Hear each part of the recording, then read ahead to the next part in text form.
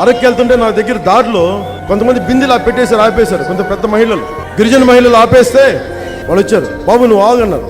ఏమ్మా ఇక్కడ ఆపారంటే ఏం లేదు, నేను చూద్దాం, నువ్వు ఒకసారి మా బాధలు చూస్తావని అంటే సరే నన్ను లోపల తీసుకెళ్లారు. 7 కిలోమీటర్ల లోపల తీసుకెళ్లారు. ఆవిడ ఒకటే మాట ఉంది, మీ అమ్మ చిన్నప్పుడు నీళ్లు పట్టుకునేది నువ్వు చెప్పా కదా ఇది ఇంటర్వ్యూలో, మా బాధలు అర్థం చేసుకుంటా నేను లోపల తీసుకెళ్తున్నావు, రాయ నాతో పాటు రా అని. పాపం 70 ఏళ్ళు ఆవిడ. నేనే జారిపోతా ఉంటే బిందులు పట్టుకుని అంతమంది నడుస్తూ ఉంటే అడుగుతా ఉన్నా, ఏమ్మా మీరు పడిపోరా అంటే ఆమె నవ్వుతా, ఎందుకు పడవయ్యా, మళ్ళీ లేచి మళ్ళీ మా వేరే బతుకులు ఏమున్నాయి ఇవే కదా. అందరు చెప్తారు నాకు తెలుసు నువ్వు వస్తావని. మా పిల్లలు ఏమంటారు, నీ పెద్ద కొడుకు పవన్ కళ్యాణ్ వస్తున్నాడు, వాడు చెప్పుకునే సమస్యలు పెడుతాను.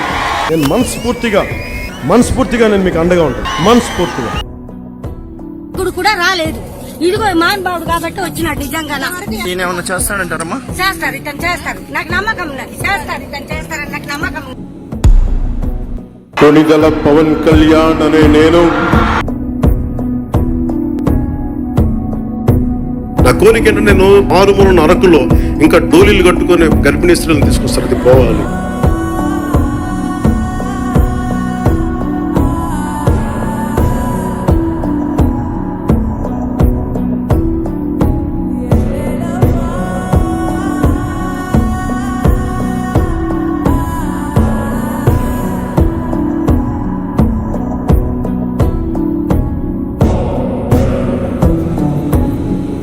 గిరిజన ప్రాంతాల్లో డోలీ మోతలు లేకుండా రహదారులు ఉండాలన్నదే ప్రభుత్వ లక్ష్యమని ఉప ముఖ్యమంత్రి పవన్ కళ్యాణ్ అన్నారు. పీఎం జన్మన్ పథకంతో పాటు ఉపాధి హామీ, ఉప ప్రణాళిక నిధులు కలిపి 1005 కోట్లతో గిరిజన ప్రాంతాల్లో రహదారుల నిర్మాణం చేపట్టినట్లు అధికారులు వివరించారు. అదేవిధంగా ఈ రోజు చూస్తా ఉన్నారు, గత 2 సంవత్సరాల్లో అంటే దశాబ్దాలుగా కొండల్లో అదేవిధంగా అడవుల్లో అభివృద్ధికి దూరంగా ఉన్నటువంటి గిరిజన ప్రాంతాల్లో కూడా రోడ్లు పడతా ఉన్నాయంటే ఈ రోజు పవన్ కళ్యాణ్ గారు సమర్థవంతంగా ఆ ప్రోగ్రామ్ ని ఉపయోగించుకోబట్టి మాత్రమే ఇవన్నీ జరిగినాయి.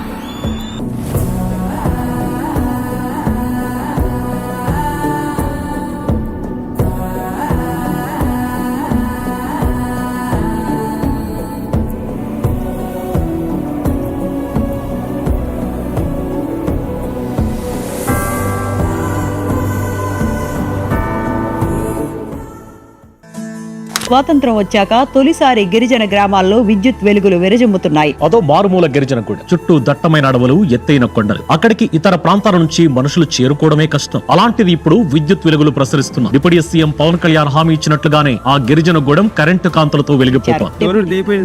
మాకు ఎంతో కనబడుతుంది. ఆ వెలుతురుతో మాకు కరపులు తెచ్చుకుంటున్నాం, నీళ్లు తెచ్చుకుంటున్నాం, మా పిల్లలకి బడి చెప్తాం. చిన్నతరం నుంచి నైట్ అనేది మాకు తెలియదు. తమ ఇళ్లలో విద్యుత్ బల్బుల వెలుగులను చూసి వీరు ఆనందపడుతున్నారు. కరెంట్ వస్తే మాకు ఎంతో సంతోషంగా ఉంది.